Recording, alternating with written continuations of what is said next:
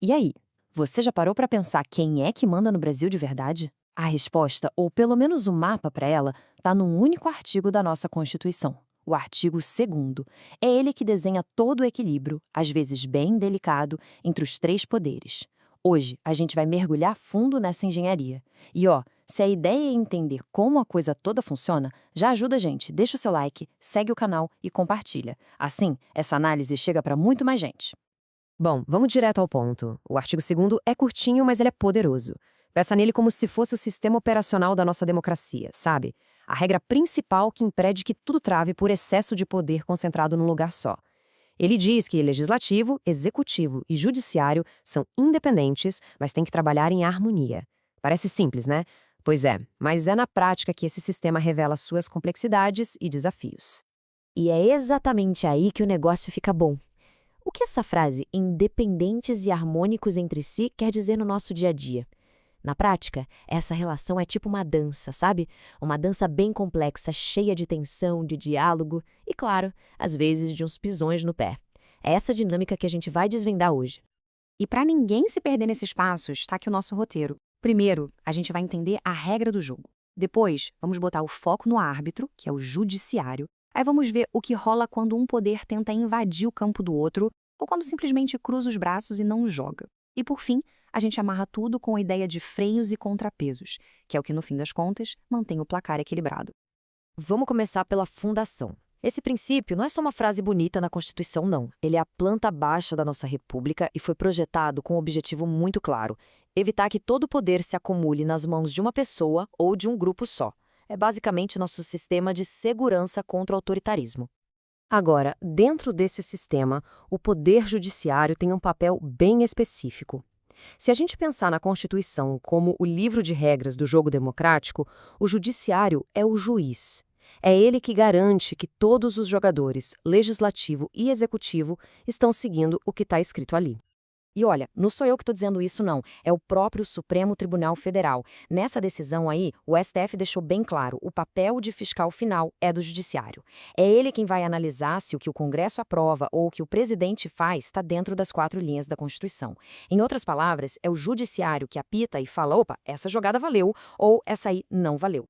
E aqui está um dos pontos mais cruciais de toda essa história. O STF diz que o Judiciário pode atuar como um legislador negativo. O que é isso? Pensa num poder de veto. O Judiciário pode olhar para uma lei que o Congresso criou e dizer: não, isso aqui fere a Constituição, e aí, pum, anula a lei. O que ele não pode é ser um legislador positivo, ou seja, ele não pode sentar lá na cadeira de um deputado e escrever uma lei do zero. A função dele é de controle, tipo um porteiro que barra quem não pode entrar, e não de criação, como um arquiteto que desenha o prédio. E isso já nos leva direto para o próximo ponto. Para essa harmonia toda funcionar, cada poder precisa respeitar a sua área, o seu campo de jogo. A Constituição desenha essas linhas, definindo o que cada um pode ou não pode fazer. A ideia é justamente evitar que um poder saia por aí se metendo onde não é chamado. Mas a gente sabe como é, né? Na prática, essas linhas são testadas o tempo todo. E o que acontece quando um poder resolve dar uma de esperto e invadir a competência do outro? Bom, o sistema tem uma resposta para isso, e o STF já teve que lidar com vários casos bem concretos. Esse slide aqui mostra exatamente como essa invasão de área acontece na vida real. Por exemplo, já teve caso do Legislativo querendo dar palpite na gestão de um programa de demissão voluntária, que é coisa do Executivo. Em outro, tentou convocar o presidente de um tribunal de justiça para depor, o que quebra totalmente a independência. Até o Executivo já tentou gerenciar depósitos judiciais, que é a tarefa do Judiciário. Em todas essas situações, o STF chegou, apitou e disse: opa, falta, cada um no seu quadrado, por favor. Certo, agora vamos entrar num terreno que é ainda mais interessante. O que acontece quando o problema não é o que um poder faz, mas o que ele deixa de fazer? E antes da gente mergulhar nisso, se esse mapa do poder está sendo útil para você, que tal compartilhar com um amigo ou nas suas redes sociais? É isso que ajuda o nosso canal a crescer e a produzir mais. Valeu! Bom, voltando. E se o Congresso simplesmente ignora uma ordem da Constituição e não cria uma lei que deveria criar? O exemplo que é simplesmente perfeito para ilustrar isso é o do direito de greve dos servidores públicos. A Constituição de 88 garantiu esse direito. Só que ela disse que uma lei específica precisava regulamentar como isso ia funcionar. O problema? Passaram-se anos, décadas, e o Congresso Nacional, nada. Não fez a lei. e os servidores ficaram num verdadeiro limbo jurídico. E aí, como é que o STF resolveu essa sinuca de bico? Ele não podia criar lei, lembra? A solução foi muito inteligente. Primeiro, o tribunal reconheceu oficialmente: Congresso, você está em falta aqui. Segundo, ele disse que essa omissão estava impedindo que um direito fundamental fosse exercido. E a solução? Uma medida provisória. O STF determinou que, enquanto o Congresso não fizesse o seu trabalho, os servidores poderiam usar, por analogia, a lei de greve que já existia para o setor privado. Foi uma jogada de mestre, garantiu o direito sem ter que invadir a competência de legislar. E com isso, a gente chega no clímax da nossa análise, o ponto em que tudo se conecta. O famoso sistema de freios e contrapesos, em inglês, checks and balances. É aqui que a independência e a harmonia se encontram na vida real. É muito importante entender que separação de poderes não quer dizer isolamento total. Não é como se existisse um muro gigante e intransponível entre executivo, legislativo e judiciário. Muito pelo contrário. É um sistema dinâmico, onde um poder tem a capacidade e mais o dever de fiscalizar, de controlar e, se precisar, de frear os outros. Tudo isso para manter o equilíbrio do sistema como um todo. E esse sistema de controle mútuo está em todo lugar, se a gente parar para olhar. O Congresso fiscaliza os gastos do governo.